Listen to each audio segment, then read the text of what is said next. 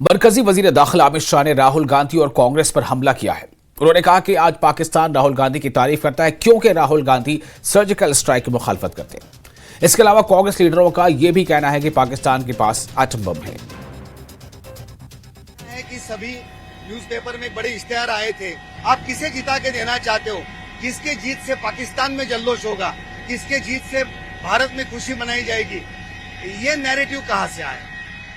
देखिए, नैरेटिव स्वाभाविक है। राहुल गांधी जी सर्जिकल स्ट्राइक का विरोध करते हैं। कांग्रेस के नेता कहते हैं कि पाकिस्तान के पास एटम बम है, तो पाक ऑक्यूपाई कश्मीर हमारा है, वो न बोलिए।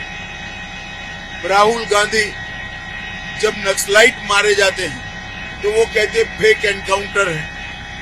पाकिस्तान को प्रसन्न कर कर आज पाकिस्तान राहुल गांधी की बुरी बुरी प्रशंसा कर रहा है। तो आप मुझे बताइए, अगर ऐसा होने वाला नहीं है मगर होता है तो पाकिस्तान में खुशी की लहर दौड़ेगी या नहीं दौड़ेगी?